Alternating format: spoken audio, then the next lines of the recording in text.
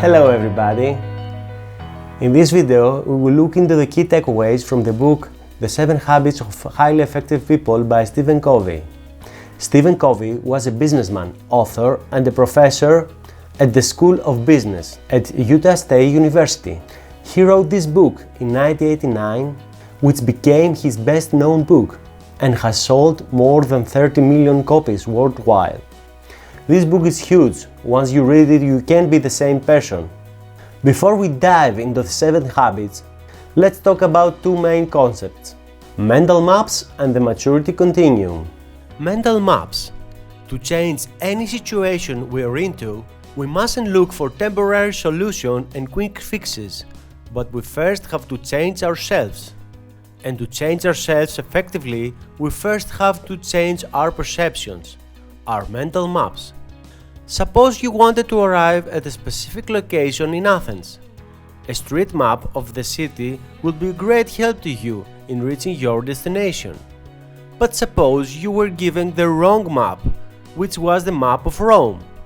Can you imagine the frustration, the ineffectiveness of trying to reach your destination?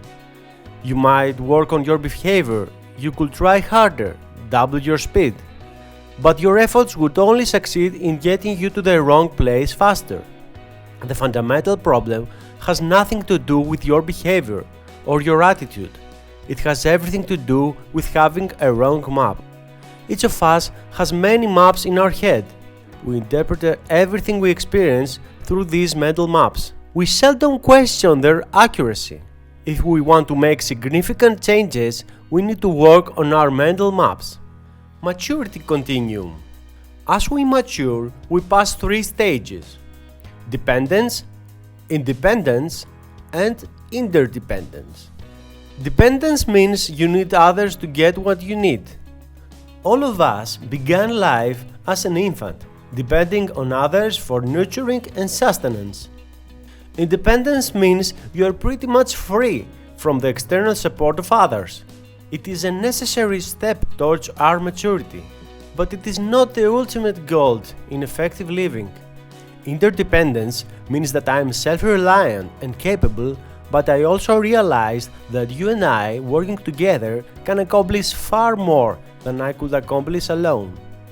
From the 7 habits that we will talk about in this book, the first 3 help us to reach independence. The next 3 help us to reach interdependence, and the last one is the habit that makes all the others possible.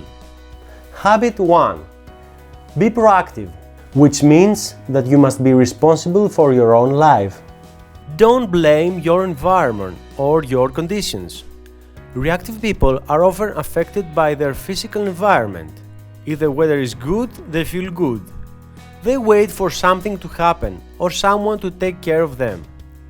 Proactive people are driven by values. Between what happened to them and they respond to it, they recognize that they have the power to choose. Practical suggestion. Select a problem from your work or personal life that is frustrating to you. Identify the first step that you can take to solve it and take that step. Habit 2. Begin with the end in mind. Imagine reaching the end of your life. How do you want to be remembered from your family, your friends, your co-workers, and from your community? Begin with the end in mind is to begin today with the image of the end of your life as your frame of reference in which everything else is examined. It means to start with a clear understanding of your destination, to know where you're going so that you better understand where you are now and so that the steps you take are always in the right direction. It is incredibly easy to get caught up in activity trap in the business of life, to work harder and harder without being very effective. The most effective way to begin with the end in mind is to develop a personal mission statement. Focus on what you want to be, what to do, and on the values or principles you want to live by. Because each individual is unique, a personal mission statement will reflect that uniqueness. Be specific and visualize it in rich details. Almost all the world-class athletes and other peak performers are visualizers. They see it, they feel it, they experience it before they actually do it.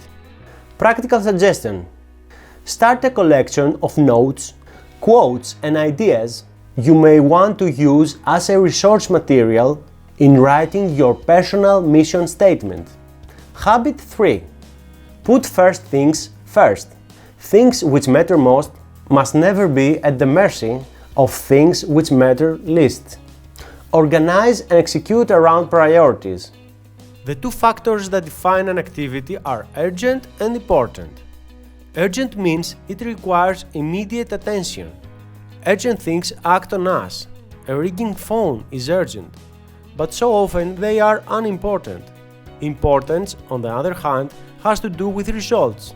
If something is important, it contributes to your mission, your values, your higher priority goals. If we don't practice habit 2, if we don't have a clear idea of what is important or the results we desire in our lives, we are easily diverted into responding to the urgent. Distinguish what is important and what is urgent. So you put the activities in 4 quadrants. Priority should be given in the following order. Quadrant 1. Urgent and important. Important deadlines and crises, those things you must do. Quadrant 2. Not urgent, but important. Long-term development, those things you must plan. Quadrant 3. Urgent, but not important. Distractions with deadlines, those things you must delegate. Quadrant 4. Not urgent and not important. Silly distractions, those things you must eliminate. The order is important. After completing items in quadrant 1, you should spend the majority of your time on 2. But many people spend too much time in 3 and 4. Practical suggestion: identify a quadrant 2 activity you know has been neglected in your life. Write it down and commit to implement it. Habit 4. Think win-win. Win-win is a frame of mind that constantly seeks mutual benefits in all human interactions. We understand that a win for all is ultimately a better long-term solution than if only one person in the situation had gotten their way. It requires abundance mentality, the mind map that there is plenty out there for everybody. Instead, lots of people have the win-lose mindset, that if I win, you lose.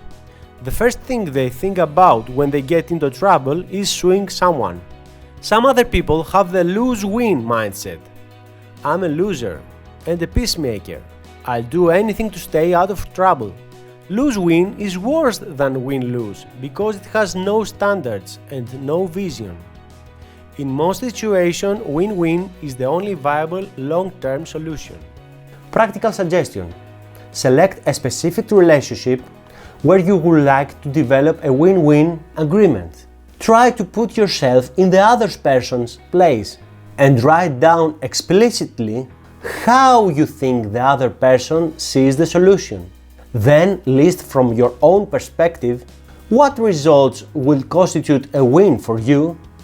Work with the other person until you reach a point of mutually beneficial solution. Habit 5. Seek first to understand, then to be understood. If you want to interact effectively with someone, to influence him, you first need to understand him. Suppose you have a health problem and you go to a doctor. Before he even listens to you, he prescribes a medicine that he thinks he will make you feel better. What are the chances you will go back to that doctor the next time you need help? Not very good, I will imagine. You don't have much confidence in someone who prescribes before he diagnoses. But how often do we diagnose before we prescribe in communication? We have such a tendency to rush in, to fix things up with a good advice, but we often fail to take the time to diagnose, to really deeply understand the problem first. You can't interact with techniques alone. If I sense you're using some technique, I sense manipulation. I wonder why you're doing it, what your motives are, and I don't feel safe enough to open myself up to you. Empathic listening inspires openness and trust. You listen with your ears, but also, and more importantly, listen with your eyes and with your heart. Practical suggestion: the next time you communicate with anyone, You can put outside your own autobiography and genuinely seek to understand. Don't push. Be patient. Be respectful. How valid were your assumptions? Did you really understand the individual perspective? Habit 6. Synergize. The whole is greater than the sum of the parts. Synergy means that 1 plus 1 may equal 8, 16, or even 1,000. People who synergize get what they both really want and build their relationship in the process. The very strength of the relationship is in having another point of view. The essence of synergy is to value the differences. Practical suggestion. Identify a situation in which you desire a greater teamwork and synergy. What conditions need to exist to support synergy? What can you do to create those conditions? Habit 7. Sharpen the saw. Habit 7 is preserving and enhancing the greatest asset you have. You. Suppose you meet someone in the woods, working hard to saw down a tree for 5 hours. You make a suggestion. Why don't you take a break for a few minutes and sharpen the saw? I'm sure it will go a lot faster. And he replies, I don't have time to sharpen the saw, I'm too busy sewing. Sharpen the saw is renewing the 4 dimensions of your nature: physical, spiritual, mental, and social. The physical dimension involves caring effectively for our physical body, eating the right kinds of food, getting sufficient rest, and exercise on a regular basis. The spiritual dimension is your center, your commitment to your value system. It's a very private area of life and supremely important one. You could read, meditate, listen to music, go to nature. Mental dimension is to educate yourself. Get into the habit of reading good literature. The social dimension focuses on habits 4, 5, and 6. Centered on the principles of interpersonal leadership, empathic communication, and creative cooperation. Practical suggestions. Commit to write down specific sharpen the saw activities in all 4 dimensions every week to do them and to evaluate your performance and results. So, to resume, the 7 habits of highly effective people are: for independence, be proactive, begin with the end in mind, first things first. For interdependence, think win-win, seek first to understand and then to be understood, synergize.